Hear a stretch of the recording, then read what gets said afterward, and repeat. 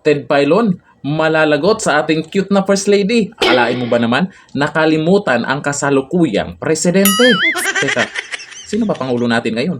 Ako'y nagtatanong lang ha, kasi ang sabi ni Senator Amy Marcos nakaraan, ang nasa palasyo daw ngayon ay Romualdez at Araneta. Sino yung pangulo sa kanilang dalawa?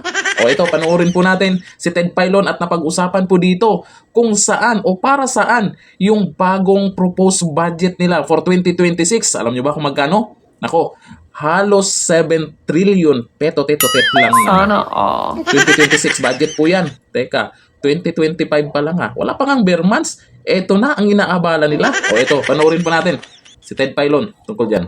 At nangangarap na bukas makalawa, baka din po mapagtanto nitong kasalukuyan nating presidente na ang pangalan ay...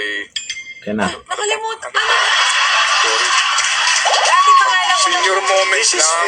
Dati pangalan ko lang nakakalimutan mo ngayon pati Pangulo. Bakit? Oo. Opo. Pangulo natin. It's a joke, ma'am. You read Donald it out. Trump, diba? Diretso. It's a joke, ma'am. Okay, It's a joke, Marcos ma'am. It's Jr. po.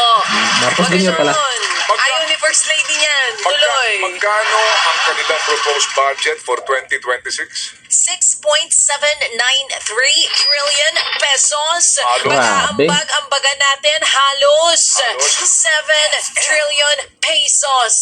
Wow. Next year, 2026 budget. But Ang don't tindi. forget, ang sabi nga po ng Malacanang, ito ay para sa pagpapabuti ng buhay ng bawat Pilipino.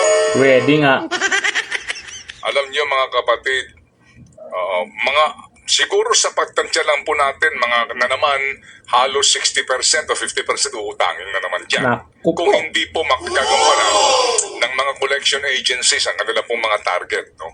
But basically po, ganyang kalaki ang perang pag-aambag-ambagan natin, bubunuin natin. Pero kailan pa tayo nakarinig na ang gobyerno o mismo yung head of the agency o mismo presidente nagsasabi na pwede ba magtipid-tipid tayo? Wala pa ho tayong narinig na sa kasalukuyang proposed budget, opo, ito ho, kasama sa aming reforma.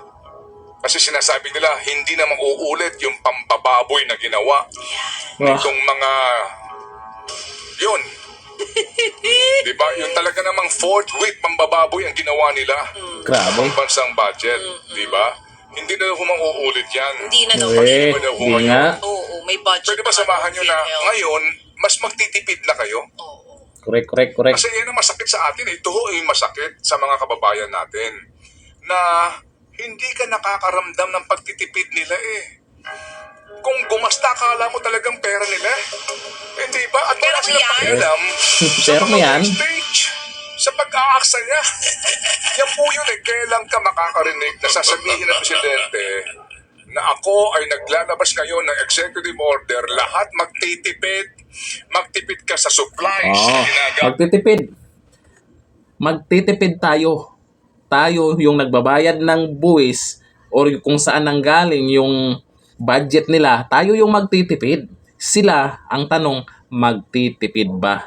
Ako, grabe, laki na naman ng budget nila. Sana all talaga. Di ba?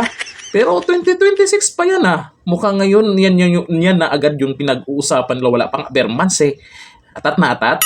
Atat lang Sana all. sa budget para sa 2026. Tibay talaga. Ang titibay na nila. Kaya hindi natin masisisi itong si Ted Filon. Nakakalimutan na kung sino yung kasalukuyang presidente. Sino nga ba? Sino nga bang nagmamando na ngayon?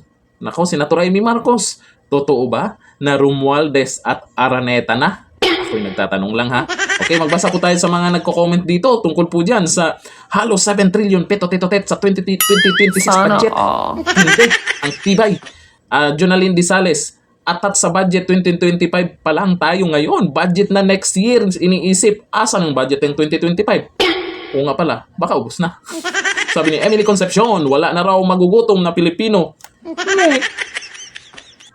Pambubola lang yun. Hindi mangyayari yun. Lalo na pag si Junior nang nandyan ngayon. Walang nagugutom na Pilipino. Utot nyo, Blue. Sabi ni Rocky J. Mark Balbin, napakagaling talaga ni Recto at Marcos. Oo, lalo nito si Recto, no? Tax lang nasa isip. Kung sino yung nag-iipon Saan mo gagayahan ng mag-ipon? Pinaghirapan, nag-iipon, tapos ganyan, pataasan ng 20% tax. Nako, kung sino pa yung nagsisipag, yun pa yung talaga naman talaga. Sabi ni Giancan Nalang, sabi nga ni Lapid, ito sabi ni Giancan Nalang sa tabi, sabi nga ni Lapid, napasok na ng sindikato ang Malacanang. Sana hindi totoo yan. Kasi mahirap naman. Kung ganyan, dapat nang palitan. Sino yung papalitan? Kung hindi naman si Junior ang nandyan. Yun nga lang, ito na. Yung iba kasi dyan, pinukumpara nila yung mas malaki daw ang inutang ni dating Pangulong Duterte dito kay Junior. Hindi nila iniisip ilang taon pa lang si Junior. Ikumpara sa 6 na taon ni dating Pangulong Duterte at ang dami pang nagawa. Dinaanan pa ng pandemic, partida. Ngayon ilang taon pa lang yung amo nyo. Utang na naman. Ano yung proyekto na nagawa? Yung malaki na tumatak talaga sa mga tao. Ngayon, pinag-inita na naman yung Dolomite Beach. Tatak Duterte kasi yan. Hindi lang matanggap-tanggap na pag dumaan yung mga tao dyan, sasabihin, nalinis ito ng dahil kay Duterte. Gumanda ito ng dahil kay Duterte. Maraming pumupunta na dito ng dahil kay Duterte. Hindi nyo mabubura yan. Panira, pamor. Hanggang dito na lang. Thank you. Bye.